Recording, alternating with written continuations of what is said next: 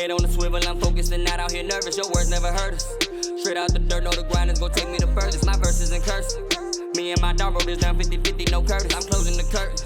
Stop all the acting, I'm tired of all of the purpose. Moving like I'm Newton, never go against the law. Moving like I'm Newton, never walk. Moving like I'm Newton, never walk. I be moving like I'm Newton, never go against the law. What's up, Law of Athlete fans? Glad to have you guys back. Today we are on the road in North Carolina. This is our very first LOA road trip, and we have our special guest with us today, which is our first guest of season number 2, Ikem Ekwonu, aka Ickey. And yeah, Ickey plays offensive tackle for NC State, now about to be drafted into the NFL. So real special just being able to come down here for you, and this being our first road trip as a collective. Yeah, really appreciate y'all coming down here, spending some time in Raleigh. I know y'all was talking earlier about, biscuits and getting food. What's going on with that? First of all, the road trip, it was a smooth ride, right? Smooth drive. Tykera was asleep the whole time and woke up and wanted to go to Biscuitville. Now, I had never heard of Biscuitville before. I was looking forward to Cookout and Waffle House, but if you can tell me about Biscuitville, then maybe I'll go. True, we was talking about the little hot honey chicken. They got the hash browns too, are pretty good. Biscuitville slaps Solid. something crazy.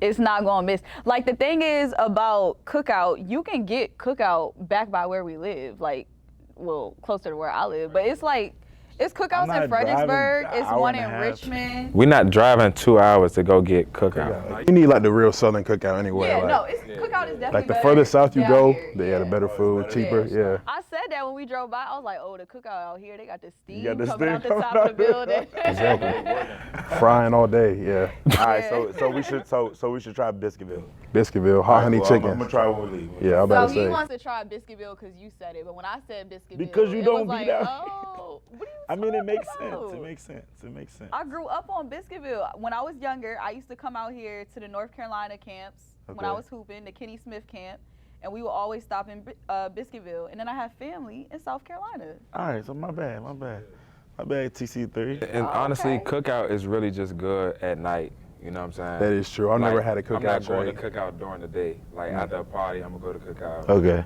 After Late Cookout. night eats. Yeah, it's like going to Oohs and Ahs. You know what I'm saying? Okay. Oh, I don't Yeah. know. I'll eat What's Cookout that? during Who's the and day. all? What's that? It's some DC type stuff. You know what I'm saying? I'll take you there one day. So, Yeah. I've been on Sheets now though, like late night. Hey, this is my dog right here. No, What did I tell not you you this too. morning? Sheets, Dude, Sheets. like, The good gas food. station food is good. That's the at only gas Sheetz. station food I eat is Sheets. Gas station to get food? Yes, Sheets is It's not good, just a though. gas It's like station. a You got- deli. you gotta We be know there. that. I know. You gotta be there. And you get free air in your tires too. This True. one on me. I would go there No. just to get food. This morning we leave at 5 a.m. Tay is trying to stop at 7-Eleven to get what else? I wasn't trying The Slurpee and the Big Bite. I said I'm not stopping at 7-Eleven. Tykera said, oh, let's go to Sheets. What is Sheets? Sheets bus. I started upgrading a little bit. I started out getting like We went to regular Chick-fil-A, food. y'all. That just makes a lot of sense. I mean, it does, but first of all, don't put it on me like I thought y'all was just trying to find a gas station to get gas. So I'm like, Okay, Sheets, that makes the sense. Sheets right there, and the gas there was like $3.59. That's the cheapest gas you're gonna find. And then I'm like, oh, they got a drive-through too. Get food. The Sheets by my house has a drive-through. I can't trust Yeah. I'm about to say y'all different. Exactly. It's all process. Exactly. Put the eggs in the bag, dip it in the water, and then it. Talk to him, trainer. Okay, but do you have to get eggs? That's a choice. You can get a bagel. Shoot, I get a sausage, egg, and cheese, croissant, chicken sliders every time I go to Sheets. That's my order. Tater tots. Oh, I'm Order gonna the same have to thing try every that. time. Okay. But it's like they have a I big usually menu go though. late at night. Yeah. No, their menu is huge. You know what? One day I'm gonna try it, and I'm gonna let y'all know. All right. Okay. That's Thank it. you. I'm gonna try it. Thank you. So sort of transitioning, you come from a sports-filled household. Your father was a basketball player from Nigeria. Your mother ran track at high school. And then you have a twin brother, OC, who plays football at Notre Dame. So where did that athletic background kind of stem from as far as, did your mom put you in sports? Did your dad put you in sports? Or was it like a collective decision? Really, sports has always been a passion of mine. So as long as I can remember, growing up, I played all the sports like football, flag football, soccer, basketball. Really everything besides baseball. You know, I played it and I tried it and I loved it. So I feel like that kind of passion always came from within. I love competing. I love being part of a team and just, you know, really just going out there and running around, doing anything I could. I've always had like a lot of energy as a kid. You know, got me in trouble a little bit, but on the field, you can really just let it all loose. So, you know, growing up, the only thing that, you know, my parents raised me to be was to be, you know, academically gifted, academically sound, make sure that I always got good grades. And as long as I did that, I could play as many sports and do anything off the field as I wanted to do. So in your household, because everybody has different standards, right? What was considered good grades for you? So like a C, like unacceptable, like that's out. Was it like A's and B's and nothing else, or what? Really like A's, really. And then especially like elementary school, like middle school, and then when I started getting to, you know, late middle school, high school, when I started learning, you know, algebra, you know, some of the harder concepts as a kid, you know, maybe like a high B, but like anything below like an 85, especially because when I went to elementary and middle school, we were on the old grading system. So when you couldn't get a 90 and get an A, like a 90. That like that 2-point grading scale, that's It made all the sliding, difference. yeah. So that's the difference. Even though I might have got knew 92% of the course material, I still had a B+, and that's the difference, B+ and an A. Yeah. So always striving to be perfect, always striving to get those A's, high B's, and then when college hit, you know, definitely a little bit more flexible, a lot harder classes, all that sort of stuff. When you got a C, what your parents do to you? Shoot, just get a little lecture, you know, nothing crazy, I was about to say, nothing you crazy. get pow-pow? You call it the pow-pow? That's exactly what they called it. That is crazy. Shut up. Yeah, They call it the pow-pow? The little pow-pow, man. You get pow-pow. But how Little big was pow-pow. you when you was a little kid? Because I can't imagine you know what I'm saying, getting the pow-pow. Yeah, I was like big for my age, but you gotta think like my dad's 6'6", you know what I'm Your saying? dad's So, like, 6'6"? Yeah, Oh yeah, he was big dude. dogging you. But yeah, like a C, I mean, it's just like you gotta make sure you stay on track. You know, they look to outside things, look at the distractions in my life, and they might, you know, take it away just to make sure I'm really focused on school. And you know, at the time, you know, you hate that stuff. Like you don't want to be without your phone, and you don't want to be in the house all the time. But later in life, you appreciate it because it starts, you know, building good habits for you. When did you get a phone? A phone. Do y'all remember when y'all got a phone? I do remember when I got a phone. Yeah, it was 5th grade, right after the 5th grade graduation. I was in middle school. I was like 3rd grade. 3rd grade. Third I was grade. begging for a phone. Yeah, I was on some independent type stuff. Begging for a phone. I got the little, I remember it's called the LG Touch. Yes. LG Touch, a little. That is wild. You ever had the little keyboard, little flip keyboard? It like flipped like this. Yeah, the sidekicks was The, like that. Yeah. They also had like the Yeah, razors, the sidekick. mint. I had the mini razors, razors too. Yeah. I had a thing. I just broke a lot of phones though, like doing dumb stuff. I could tell. You said what? I could tell. Broke all the phones. I jumped in a pool with my phone. I just like fell out of my pocket. I was playing around with my brother one time. I just like threw his book bag across the gym, cracked his phone. Like it's just like I always had trouble just like breaking phones, and so I had like a beater phone for a while in high school. And then I got switched over to the iPhone. I had Androids for a while. You Joined had the a iPhone Cricket? wave. Did you have a Cricket? Not the Sidekick, not the Cricket. It was a Razor, the Droid. I definitely had a Cricket in high school. The one that looked like the iPhone, so I act like I had an iPhone. I don't know nothing about a cricket. I rocked the Samsung Galaxy. I just kept it pushing, you know, just what I got. But I switched over sophomore year of high school. I was proud of that. Use it, yeah. Yeah, I felt like what I was was your him. first iPhone? Was it the iPhone 5 or iPhone 6? No, it was like this. I think it was a 6, iPhone 6. Balling, straight like that. Yeah, I felt good. I finally had FaceTime. Got to be off Uvu. You know, I was using Oh, Uvu. Yeah, you know the Uvu To was be a rave. honest, Uvu would be like that. Like they should have kept at it because They Skype should. and then Zoom, yeah. Uvu was really it because you could like meet with multiple people at once. FaceTime just added that a couple years ago. Exactly. But I remember Uvu being in the lobbies with like 6 people, 6 of my friends. Everybody used to have the funny screen names and stuff right. like that. That was really like the Uvu. first Zoom. Like we Yeah, didn't realize what we it had was. for real. I used to ask for like webcams for like Christmas. That's it. Yeah, because yeah. But you was trying to definitely sell got out. You was so my not parents Uvu. like, why you want a webcam? Like, I'm dead. I'm dead. But no, Uvu was like, and it came out. I think Uvu came out like in the middle of a snowstorm. In the middle of a snowstorm. Oh, I don't think that's remember all when- that.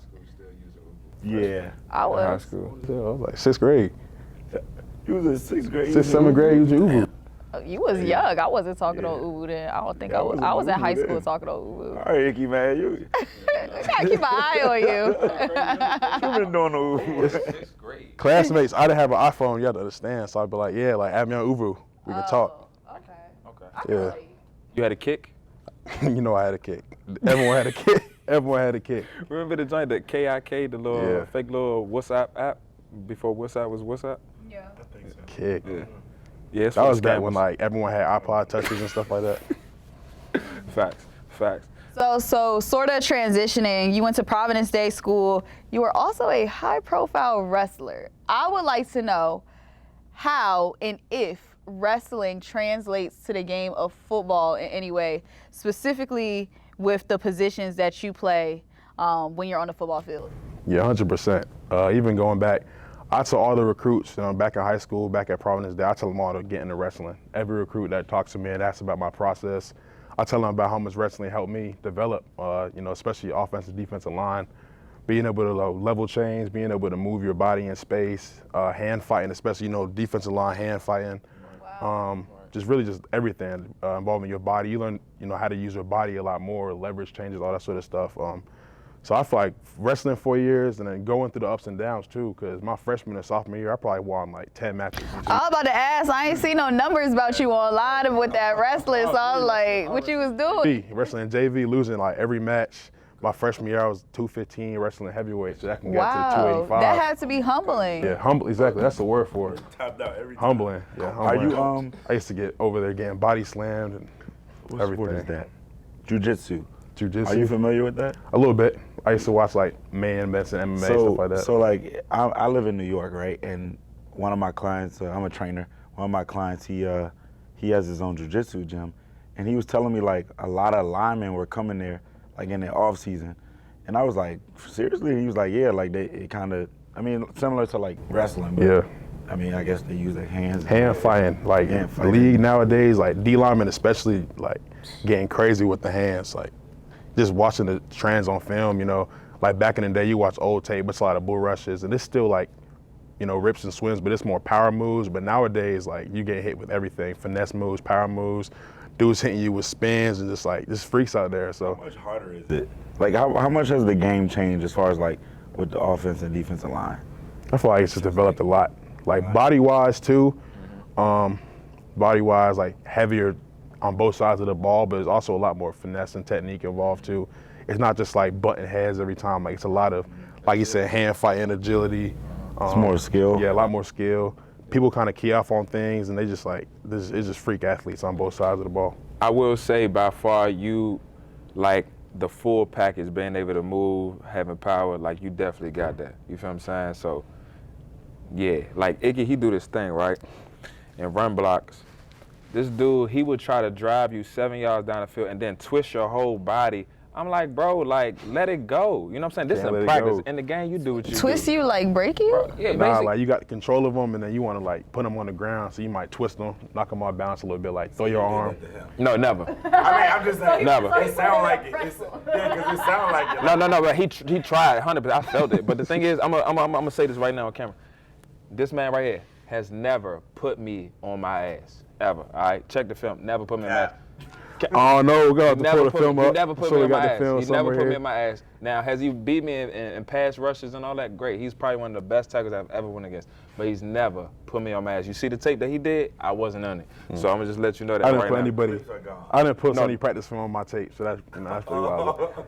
No, we've had a great, a lot of D linemen come through here that's really like helped me on my path. Obviously Tay being a big part of that. Yeah. A lot of guys that you heard about in the draft really just helped me develop. And really this past year, kind of really just reaching over to the other side and really just communicating, talking with them a little bit, kind of just judging techniques and stuff, comparing techniques, like if I throw one hand, how they gonna stop it, stuff like that. And I feel like all that stuff really just made us better all across the trenches. I knew you was a freak athlete. One day, so we had this thing in practice where like a lot of the scouts, they come, like, and they just walking around with their notebooks looking, and they see Ickey. This man, he's sitting on his butt, right? But he gets up with his hands, like he'd do a backflip and like push himself up, and you just see all the scouts looking like. Oh, I've been seeing football players do that. I'd be like, bruh, what the, like, I'm like, nah, this is ridiculous. And he do it every practice. And it's like, yeah, his size is like, and he know the scouts watching him too, so he did it. And you don't cap. Nah, it's not like that. I was doing it every day, and it would honestly would have been worse if I didn't do it in front of the scouts. Because then it's like really like I'm changing up. Right. But I do it every practice. That's how I start doing. Like he can literally lift his whole body up with his arms from. I'm like, yeah, nah. I got it from wrestling too. I started doing that in wrestling. So like I said, everything like wrestling just helps so much. Like body control, just being able to use your body. Like I'm probably like the biggest dude, and I can do like, I can do pull-ups, and dudes smaller than me can't do pull-ups. And it's like the body strength you develop from wrestling, all that sort of stuff, it all translates. That's super interesting. So coming into here, would you say that there is a player that I wouldn't say fearful, but you'll be like, oh shoot, we playing such and such today. Like you wasn't ready for that matchup. Is there any name that comes to mind? That I wasn't ready for? Nah, I mean, you face good, it's ACC, you're gonna face really good competition. But I always feel like going into a game, I'm always prepared just because like how I watch film, and I like to think I kind of know the tendencies that they're gonna try on me, kind of breaking myself down and breaking down their film as well. But there's definitely a lot of good pass rushers in the ACC for sure. Maybe not ready, but like, who gave you the most Who gives you the problems? Who was like, I want to smoke with him. I don't even care. I mean, so the game, like I was looking, like one of the games I was looking the most forward to this year was Florida State, just because historically they've always had good D line. This year especially they put a lot of the strength in their defense in that defensive line, that defensive front, stopping the run in the pass, and so like I always consider that as a challenge. Like anytime I see a D line group succeeding, and especially in this league, it's just like makes me even hungrier. I want to just go and just handle business and knock them down and really just put the strength of that win on the offensive line. And so Florida State going into that game, they had a transfer kid come in from Georgia, Jermaine Johnson, and that would be my first time going up against him. So that was a game I really circled, or a game that I really studied, film, just kind of just seeing like what he does, like big rangy guy, but he's a lot of finesse too. That's kind of what I talk about. Dudes being 6'6", 250, 6'6", 260, but being able to move either 225 and 215. So he's one of those guys. I'll definitely give him his props. One of those guys that had a lot in his bag. A lot of pass rush moves, stout in the run game, probably like one of the better D linemen I played my whole career. Yeah. You speaking on moving, during the NFL combine, you was moving. Yeah, you was moving. So. Like, I mean, I don't know what you was doing during your training, but yeah, I was like, nah. You may be on the roids. Chill. No, that's the thing. That's the thing. So after I ran, like, a thing that a lot of people don't know about the combine is that when you run, like if you watch it on TV, you see the times, but when you're there, they don't post their times to the second run. And so like, I didn't even know what I ran, but the first one, I felt like I was moving like real fast. Yeah. So I called my trainer. I was like, what I run? He said 4.97.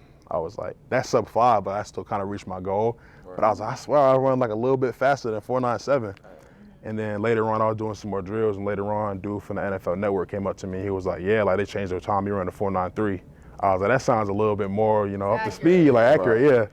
But that's still kind of crazy for an O-lineman though, like legit. You know what I'm saying? That's just like crazy. Can you speak on like the whole NFL draft process for like those people that don't know? It's such a high caliber player.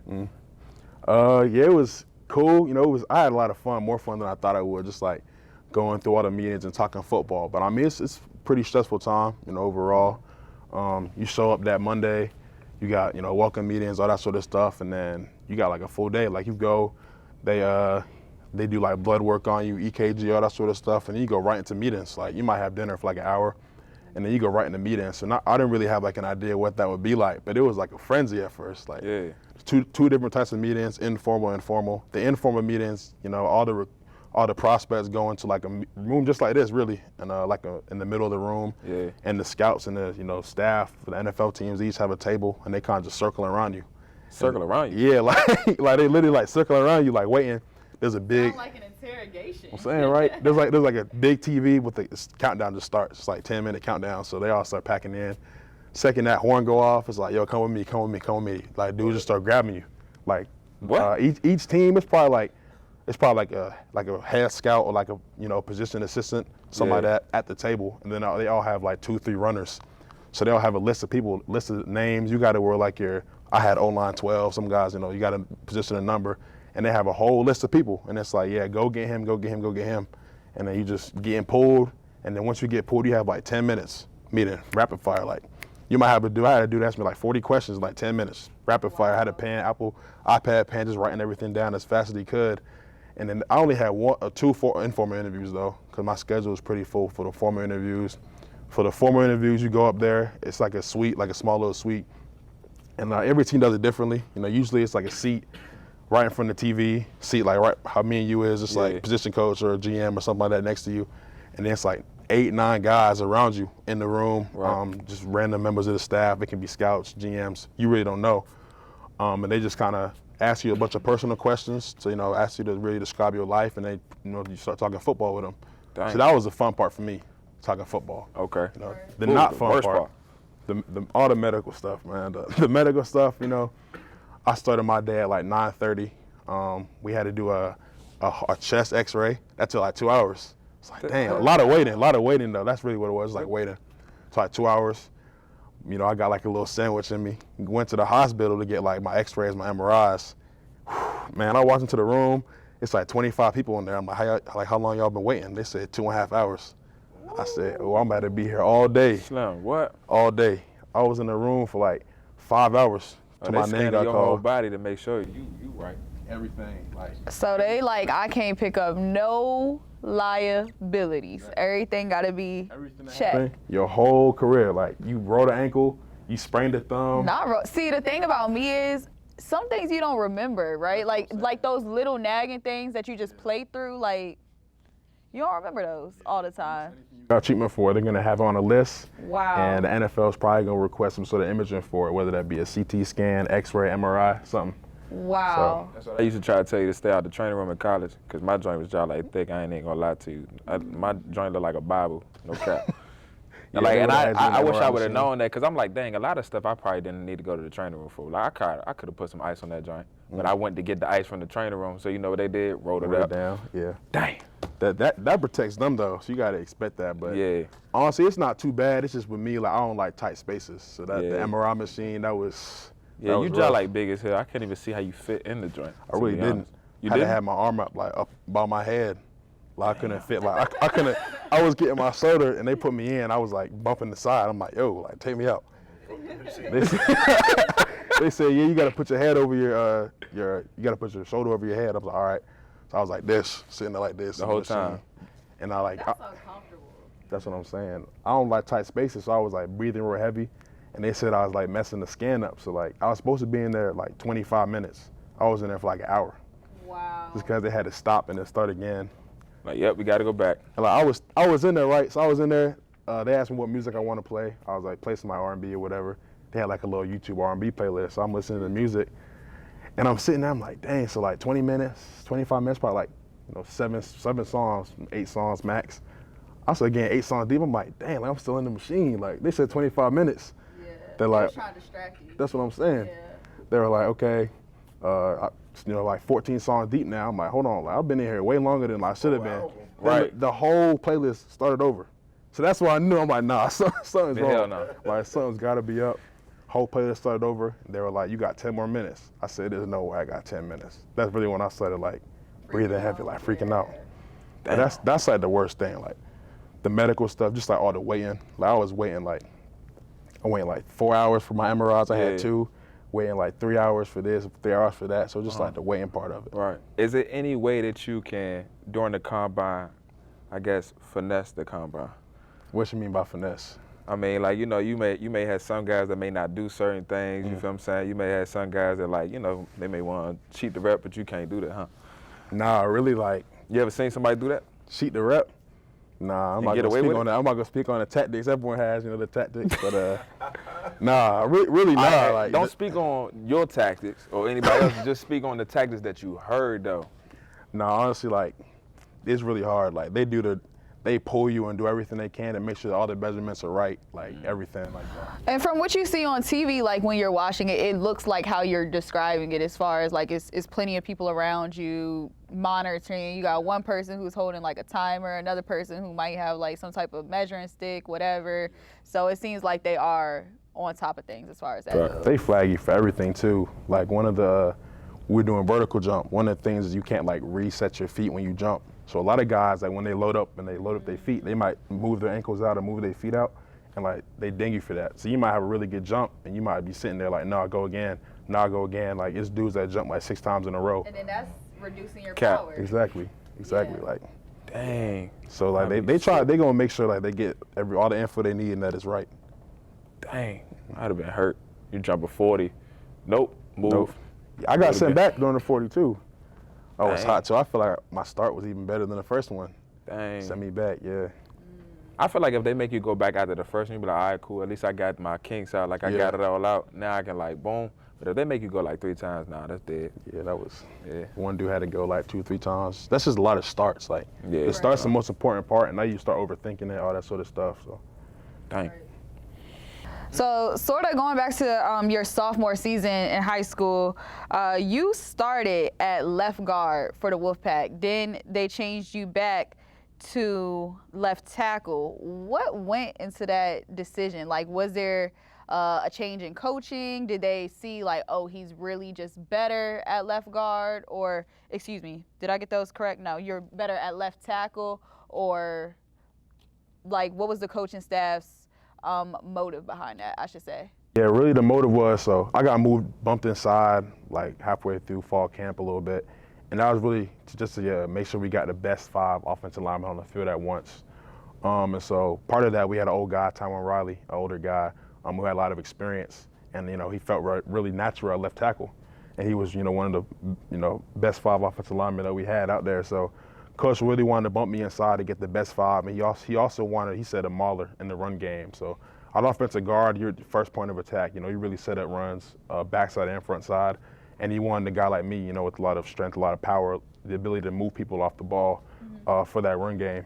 And then, we had some injuries later in the season, and I played both left guard and left tackle a couple of times in the game, and it just felt like I was real comfortable at left tackle. And because of the injuries too, so it just felt natural that I moved back over there. Did you have a preference? Honestly, no. I hadn't played guard since high school, but I really forgot how much fun it was, like being able to be, the front man of all the runs, being able to influence so much of the run game and so much of the team was a responsibility that I really liked. I enjoyed having that, burden on my shoulders. And it was just fun playing O-line, really. Like wherever you put me, left, right, inside, outside, like I'm just gonna have fun. Is it that much different? Is it that much of a difference, like guard and tackle? Yeah, it's a difference just spacing wise. At guard, you might take 1 kick and hit a guy, or 2 kicks hit a guy, but at tackle, you might have 3 kicks, especially if a dude's wide before you even touch a guy. You might have, at guard, you might have like a yard of space in between you and the defender, but at tackle, you can have like 5 yards of space before you touch them. So a little bit more finesse is probably required for tackle, a little bit more technique, being able to, know your angles, cut off angles, that sort of stuff. But as long as you're physically, mentally strong, and you just understand your assignment, the spacing of it, you can play either one. You seem easy to please. I don't know if this is true, but just speaking to you, like you're the type of guy who's going to do whatever it takes for the team to win. And some people say they are that person, and then others really help their work like show that their resume that they sort of build up, like, oh, I played this, I played that, and then you played a lot of sports growing up too, so you're used to like bouncing around and doing other things. So I hope that interpretation was right, but that's what I kind of get that vibe from you. I've always really been like a team player. That's something I kind of pride myself on. I feel like also having trust in the staff and the guys around me. So having trust in Coach Garrison, Coach Doran, having trust in Coach Beck, the offensive scheme as a whole, and trusting them that the decision that they make would be the betterment, for the team. So I trust that. I trust their input. So I'll just, do what I gotta do. Speaking on the team, what was the difference between when you first got to NC State versus the season that y'all just had? Because like y'all had a great season. Like the culture was different. Like even when I came to the game, like the atmosphere was just like totally different from when I obviously like enrolled into NC State. I feel like honestly, like my freshman year, your senior year, 2019, I feel like we weren't really that close as a team. Right. I feel like it was a lot of tension, like all throughout the building, coaches included. Just all in every position room, it was just a lot of tension. I feel like honestly, it kind of was like a little bit of an old guy, young guy thing, a little bit. Because my class, 2019 class, we had high stars and a lot of guys that came in, with really the assumption, not the assumption, but like the expectation that we would play early. And I feel like that tension of us coming in, being so young, and having the old guys that have been in the program and really kind of, like earned their rank, so to speak. I feel like there was a tension there because of playing time. Like, it wasn't evenly distributed. They saw you as a threat. Yeah, exactly, type thing. Yeah. So I feel like there was a little bit of tension there. I feel like we just weren't connected as a team. Like, it was a lot of disconnect, a lot of individuals on the team. And because of that, there was really a lack of leadership, too. I feel like there wasn't really like a guy you could look to on the team and be like, okay, that's the alpha, that's the leader on the team. And I feel like it starts from up top too, coaches included. So I feel like it was good that we went through that, like especially that we went through that. I came through that playing early and also seeing the signs of a team I didn't really want to be a part of anymore. Right. And so this past season, a lot of the 2019 guys I came in with, we now have like 3 years of film. So like, now we really earned the respect of the team. 'Cause we're all playing. And now we kind of grew more and more into the leadership roles. It really started with the young guys too, making sure the young guys understood like the culture that we had here, the culture that we were building. I feel like, going through camp and just being in the locker room all the time and joking with guys and, being able to accept criticism from your teammates and being able to, as a wide receiver, ask a DB like, okay, if I have this release, how you gonna stop it? And being able to, bounce ideas off each other, I feel like that brought us closer as a team. And like you said, the chemistry shows on the field, whether you're playing or you're not. I feel like the energy, having that positive, that good energy, I feel like it circulates throughout on the field and it just makes us play that much better. Yeah, that's what's up. That's what's up. I mean, like the games, Clemson, where y'all played together, I was there. Boy, that thing was ridiculous. Clemson game, man. Boy. That was a game. Boy, that was lit. The latest game, probably one of the latest games that I've ever seen and been in. Like, and when y'all won, I ran on that field so damn hard. Boy. Everybody ran the field. But we definitely took the field. Like, me and my man Boone, we was gone. I was like, yeah. I was looking at the ball, so like I was right by the end zone. DJ threw the ball, it was incomplete. And I was cheering Tyler Baker, nickel for us. He was guarding the dude that, dropped the ball, whatever. So I was like, let's go, T-Bait. Dapping him up. I was getting hyped, and I was like, dang, I started seeing people looking and stuff. I turned around, the whole stand jumped the fence. Like, I didn't realize it, no. Like, I knew it was over, but like, I haven't had someone storm the field since like high school days. I didn't think that's something you did really in college. I mean, were y'all bad before? We haven't beat Clemson in I understand. Clemson is a powerhouse. Yeah.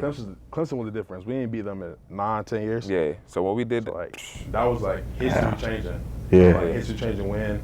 The energy was just so good. Just like, I felt like as offensive line, as offense, I felt like we were really like doing our thing on the field. Yeah, I feel like the scoreboard didn't really show like what we were doing. I really feel like we came in early and really like imposed our will, and we just kept that momentum the whole game. So we talk about in life, right? A lot of people say the phrase, the difference that a year can make in your career, in your paths, whatever. If you put in the work, like it'll happen for you. In 2020, you were 3rd team All ACC. 2021, you jumped to 1st team All ACC. What changed for you? I really feel like I really took the time in the off season. I really focused on my weaknesses. After the 2020 season, I was feeling pretty high about myself. If I'm being honest with you, like I was feeling pretty good.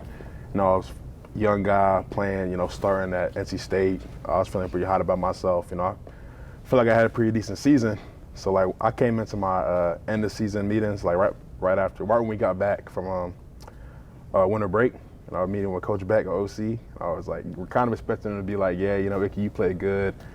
Here's what you got to work on, but like good season, a little slap on the back, something nice. And then I walk in there, and he just asked me like, how you think you played this year? I said, Coach, I feel like I played pretty good. I feel like I know what I got to work on, got to serve some things in the past game, but I feel like I had a good season. And he was like, Ickey, like I think you played like average. To be honest with you, like I don't think you played. Wow. Like, he said, I don't think you played like as good as you can, like at all.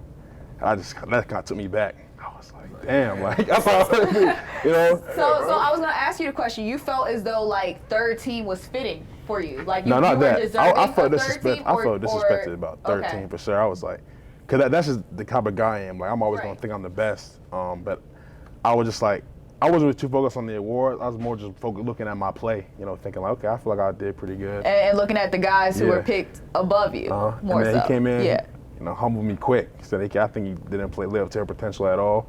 I don't think you're doing enough, like for this team and for yourself. Like he said that to me. Wow. And like he's basically just like I was just listening to him for felt like 20 minutes, just like listening like what I had to work on, what I needed to be better at. he said like, if you want to be great, like I know you have aspirations, you want to go to the NFL, and he said he's coached NFL players or 4 NFL linemen. He said, you can be as good, if not better, better than all of them, but like it starts with you. Like until you see that for yourself, you're not gonna reach that. And I was just sitting there like just humbled. Like humble was the perfect word for it. Like, man, that really just made me take a step back, really like look at myself, evaluate myself, and not just look at the positive, but look at the whole picture.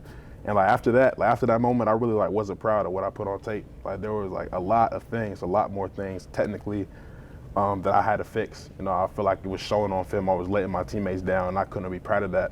And so having that moment, having man-to-man, he sat me down, just told me what's up, like told me what I needed to do. And I appreciate that he trusted me to take that as criticism and not like he was attacking my character or anything like that. Right. I really just learned from that moment, and that just really just put a circle on the whole offseason. I want to be the best I could be, after lift and walking in and making sure my body is right, doing extra rehab, making sure that I'm as mobile, as flexible as I can be.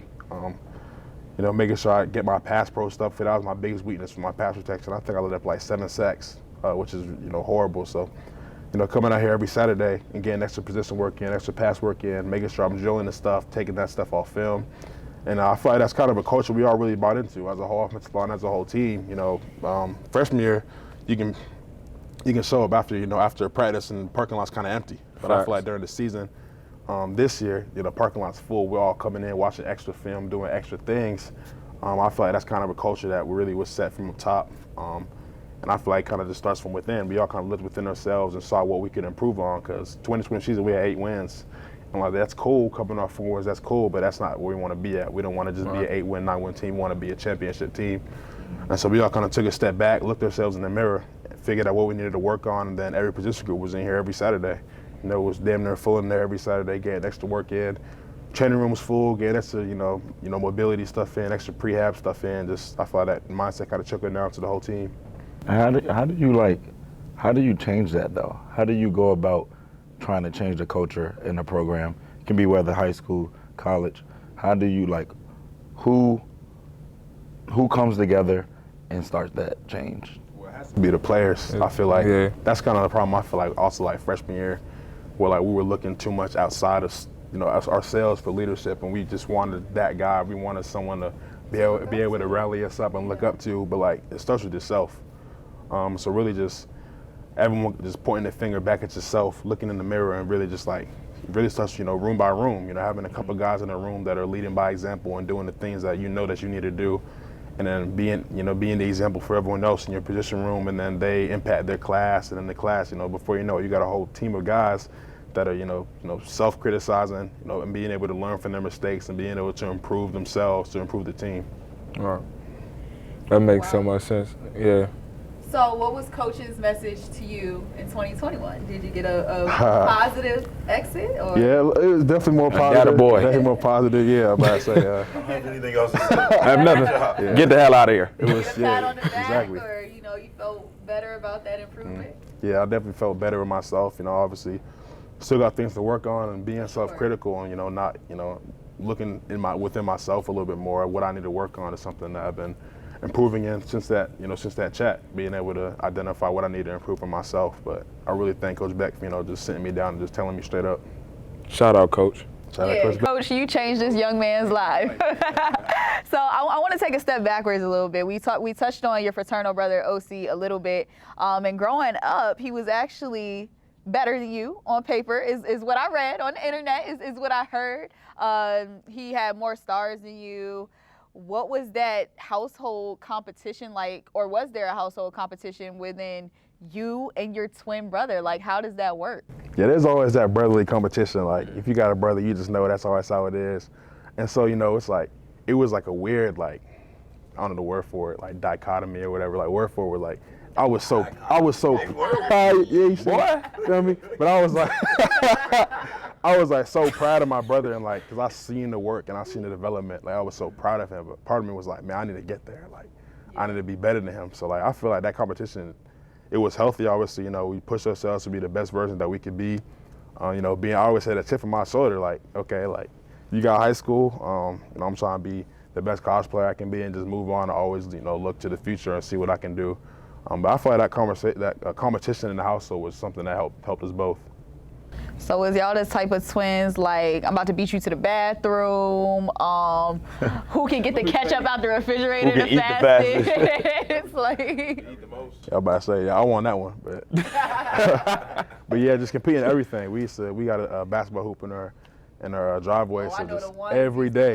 go I'm talking about right when we get back home off the bus, put our book back down and start, hooping. So You can hoop.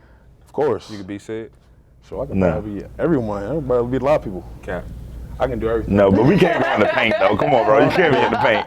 We gotta shoot all jumpers. Man, I'm saying everyone thinks, Oh, I'ma paint, foul bro. you. I'm really like, I feel like I'm really like a small, like a 3 guard. You know what I'm saying? Like What? Three? You a 3 guard? You are literally. hey, I some can of us slash. be like that. Yeah, if you a 3. pull up, all that stuff. Yeah, Oh, you can shoot like that? of course.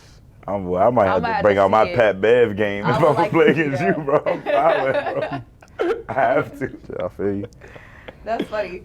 So we want to know, is telepathy a real thing? Do you and your brother have like some insiders that like nobody else in this world would like understand, or y'all could give each other like a look and you like, yeah, bro, like I know what you talk about. I mean, yeah, like all those like nonverbal stuff like we have, but I feel like that just comes with being siblings. I don't know if that's just like a Right. twin thing Like y'all was I mean? around each other all your life. Yeah. Type stuff. type, but I mean, I feel like you definitely got, that twin connection, growing up with somebody to always have something to do with. Like, you never had to go to the movies by yourself, never had to shoot hoops by yourself. Like, I feel like, growing up with someone like that, I feel like it just helped me a lot, it made me, Do you that much feel better. like if he hurting, do you feel when he hurting type stuff? Nah. You think like one of those?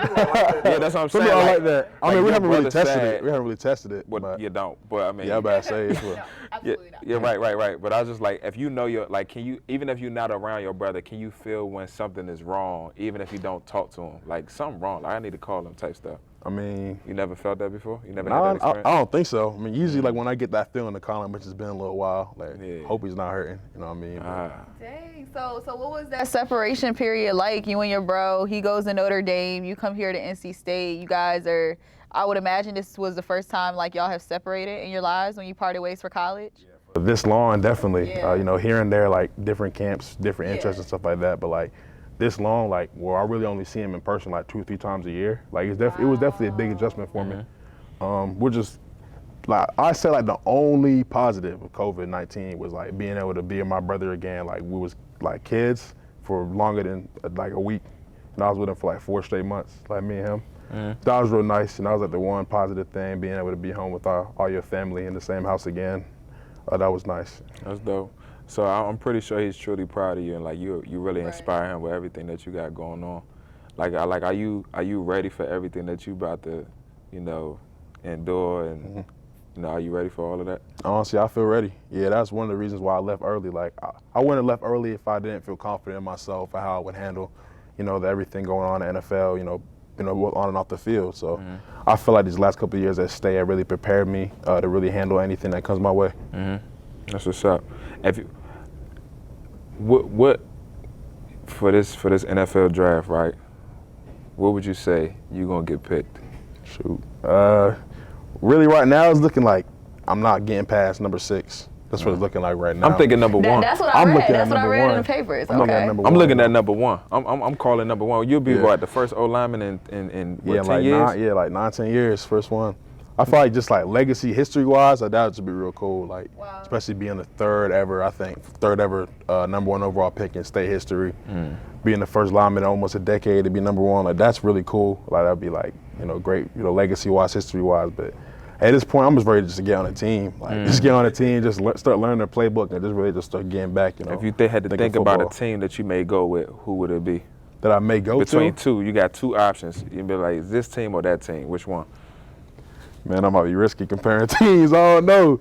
I mean, I feel like right now, like I was looking, like I can go to Jacksonville at number 1, Texas at number 3, one of the New York teams, Giants or Jets at 4 and 5. So it's like Bring yourself to New York. couple different spots, all over. You like to Midwest, eat? East Coast, of course. New York is cool. You- Jersey. I would I tell you, all got the spots family. to I eat. got family in You New got York, and New family? Jersey. Yeah. So, Where? Valley Cottage, New York, and then West Orange, New Jersey. So Okay. I live in Yeah. Jersey City, so Okay. not too far. yeah, I've been there a couple times. So when you hear the word fit, how important is that in the NFL? Meaning you go into a system where you can I guess playing right away is not necessarily the biggest thing, but it is a goal that you set out to do something like that. So in order to do so, you have to go to the right place where you fit in, not only by their standards, but you feel like I fit in here as a person. Yeah, I feel like that's important. Being someone that's gonna help you grow, on and off the field. I feel like that only makes you a better player. I'm really just what I'm looking for, really just like a family atmosphere. Same thing I got at State. I feel like the closer you are as a team, from the top to the bottom, I feel like the more successful you are, the more willing you are to put your body, your mind, your emotional, intelligence, all that stuff on the line, the more likely you are. So I feel like closeness is really important to me, being a family and all that sort of stuff. And I really just want, a coach that's really just gonna help me develop, as a person, as a player. Right.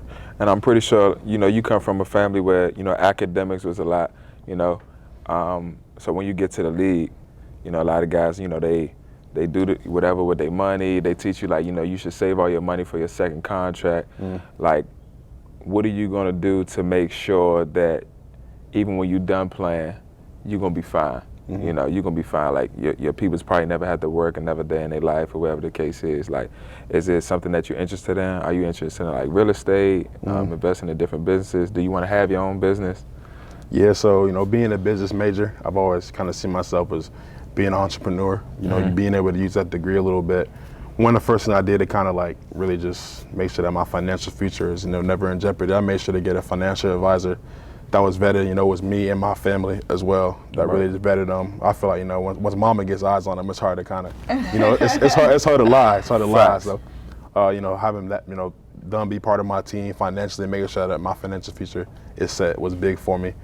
But yeah, like real estate, I really just want to learn as much as I can. Right. That was a big, thing for me. When I was picking a financial advisor, I wanted someone I can really learn from and be able to learn the ropes and learn some of the, the language that needs to be had and everything like that. I just want to learn more and more and really just, grow my mind through business and everything like that. Facts. What did your financial advisor tell you that kind of sealed the deal for you and your family? So he had like a whole spreadsheet. Whole spreadsheet, just like projections and stuff, the history of, how he's managed money over the last like 20-some years. I actually talked to Naheem Hines, another NC State guy. He's, also represented by him. So I called him. He's been with him, I think, the last like year and a half, and kind of asked him like first year, like how's he been doing? He said, Ickey, also like he's been doing great for me. I trust him with my money, which is, not a lot of people you can trust with your money. So exactly. And that really kind of opened my eyes a little bit, having someone that I actually know and that he's done right by. That was a big deal for me. And, I just kind of talked with him all my meetings. I could tell he just knew what he was talking about. Like, I could tell like he was using, a lot of the language and stuff that I really want to pick up on myself and everything like that. So really, I just knew he knew his stuff. I saw the track record he had, and he had a personal reference in mind. So, 3 checks right there. Right, that's what's up. That's up. Do you ever fear, not even really necessarily fear, but it hasn't crossed your mind like, man, when I get drafted, everybody see, because what you get paid is publicized, right? Do you have that, like, dang, people about to start coming out the woodworks, and how you going to navigate through that whole situation? Yeah, it's really just like having a plan. That's something my financial advisor said too, like being able to say no is something you're going to have to learn a lot about, like especially this next month. Right. Because like you said, all that's public information. Like they gonna know to the cent, like how much money you're gonna be making. Right. So like I know you got it, bro. Come on, bro. Come on. Like being able one of to my say mentors told me that you have to have a happy relationship with the word no. And you have to find that balance with it. And that doesn't necessarily mean like you're being a mean person, but you have to be confident in your no's and what is best for you. So the fact that you're learning this already, and I hope and if I feel as though you're not gonna have to learn it like the hard way, is super important for like a young man that's going to the NFL and about to experience the different side of life. Yeah, exactly. Like you said, confidence, like being able to look your family member in the eye, or your boy in the eye that you know since middle school, elementary school, and having to tell them no. Like you got to be comfortable with that. You got to understand that like if the people in your life like react some sort of way to that, like they react negatively to that, then like they shouldn't really be in your circle. Yeah, exactly. You already showed your true colors. Exactly. So exactly. You got to just have the right people around you to be able to say no. That's what's exactly. up. I always looked at you as like the football Shaq. in a way. The Like, cause he shit. got a good personality. He fun. He actually really funny. You know what I'm saying? And you got a business mindset. You're very intellectual. So like I can't wait to see what you do not only on the field but also off the field as well. You feel what I'm saying? And obviously you being a O lineman, you know that there's not that many deals from a marketing standpoint that come to O linemen. So it's going to be very interesting to see how you navigate in that situation and being able to maximize your talents and opportunities both on the field and off the field.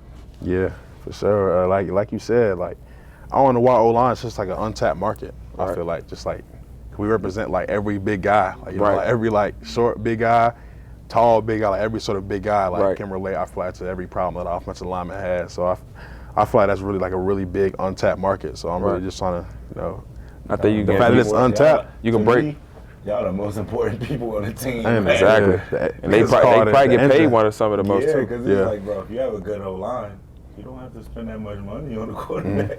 Right. Yeah. Or like a running back. Exactly. That's what like my people, we talk about it all the time. We're like, bro, just invest in a good old line, and I feel like your offense will be that much better. Right. Right. Like simple. Hidden figures. So maybe I should be. Hidden Maybe I figures. should. Yeah. Same. Move into the. Be a GM. Yeah, the GM in the front office somewhere. You know, you yeah. kind of look like a GM. I do, right? You do. You got to look. Like my name, Bartholomew. Bartholomew? Please. Get the hell away. All right, so we have to have a little game that we're going to play with you. Tay will explain this game that we have Oh shit. coming that is incorporated into our new shows. So we're going to let our big guy kind of take over what we got, Oh, and it'll damn. be quick and to the point.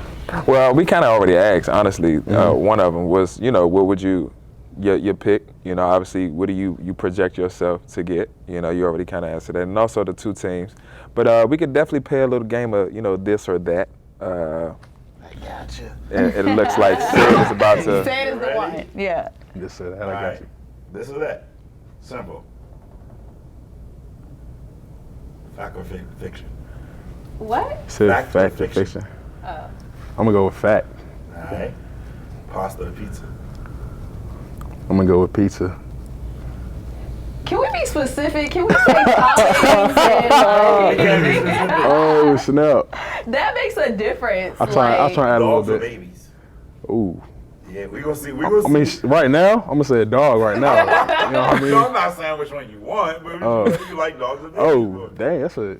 That's What? cruel. I'm saying, what's your I mean, prefer- Bro, they consider like the same thing. This or I that. mean, if I pick one, that don't Are matter. they considered the same Well, thing? you think What is about it. human? You gotta take care of a baby up until, I mean, you gotta take care of a child up until it's 18. But a dog, you gotta take care of his whole life. So Huh? they not You the don't same. gotta take but care of a they- kid his whole life. No, you don't have to take. I would hope that you know, teach your kid to be able to live on their own. I would hope so. I mean, yeah. A dog, but- you gotta watch a dog the entire time you have it. I never seen a dog live on his own, honestly. That's not true. I've never They seen be it. Stray dogs. Yeah, but Stray dogs. look at You them. see how they living.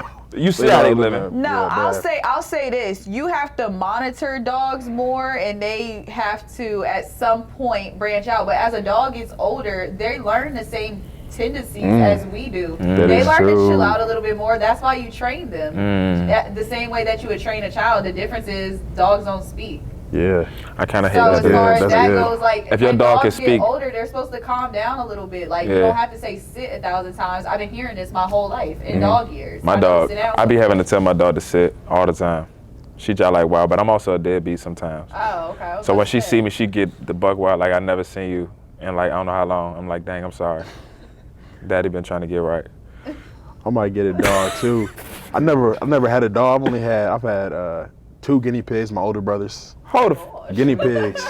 what? My older brother, he likes animals, so he brought home 2 guinea pigs one day. He named them Scooby and Shaggy, cause that's cute. yeah, it was cute. Aw. One of them had like a little brown thing, so he named it Shaggy and Scooby. That was Oh, Scooby. he got a birthmark. Yeah, Oh, where they at now? man, they gone out of here. You killed Guinea them? pig heaven. No, I didn't kill them. No, they had shit. passed. I think their lifespan's like a couple years, so they passed the old age. Then like my freshman year of college. Dang, I can't really imagine you with a guinea pig, bro. No, I wasn't really like crazy close with them. It's just like So you was a deadbeat too. they're not my guinea pigs. Yes. It was his nephew. Yeah. Nephew, You was a deadbeat. Yeah. Your Alright. net. Yeah. Okay. Godson. Yeah, Facts. give us 2 more. 2 more. That's all they had. No, I'm trying to get you. Just wait. Oh. Sheets or Wawa? Sheets or Sheets. I've never been to Wawa though. I've only been to Sheets and Quick Trip. I'm calling Wawa slap every time. If you like Wawa, you'll love Sheets. Sheets is better. So. You tried both? Yeah. Oh yeah, then she knows. Sheets is better than. Sheets is better. Sheets has more variety than Wawa. Wawa don't got mozzarella sticks and stuff. I never really paid attention to that. Wawa, y'all need to get right. Wawa, get right. Damn. Sheets got mozzarella sticks. cheeseburgers, freaking. They got breakfast food. You can get wraps. French toast and chicken tenders like at the same time. Yeah. 3 in the morning. Boss. So breakfast or dinner? Definitely breakfast. Breakfast is like the first meal you should eat. Breakfast. Breakfast? Breakfast. Yeah, I like breakfast. Breakfast of champions. Breakfast just make your whole day go right. You eat the right breakfast, your whole day just be like that. Make the night go right. Yeah, but depending on You when gotta you eat it. You're like- wild. You're a freak. That man, freaky as hell. Watch out for him. You just get a good sleep. That boy. Sleep, man. All right, boy all right, wild. one more. Huh? We need a banger though. Like this is You gonna settle gotta in. take it. I don't got the banger. What? Say it. I had my 8 questions and I don't have another one. Big bag. Did you ask 8 questions or was No, that like we did 4? not. 8 this or that. That's no way that was All right, 8. one more. All right, let me get me Banger. right.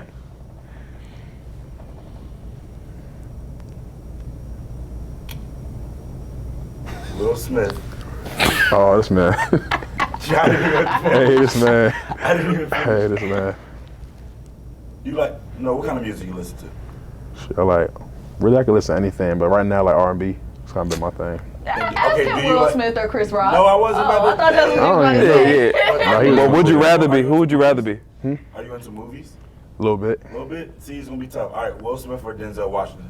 Ooh, Oh, dang. I'm about to tell.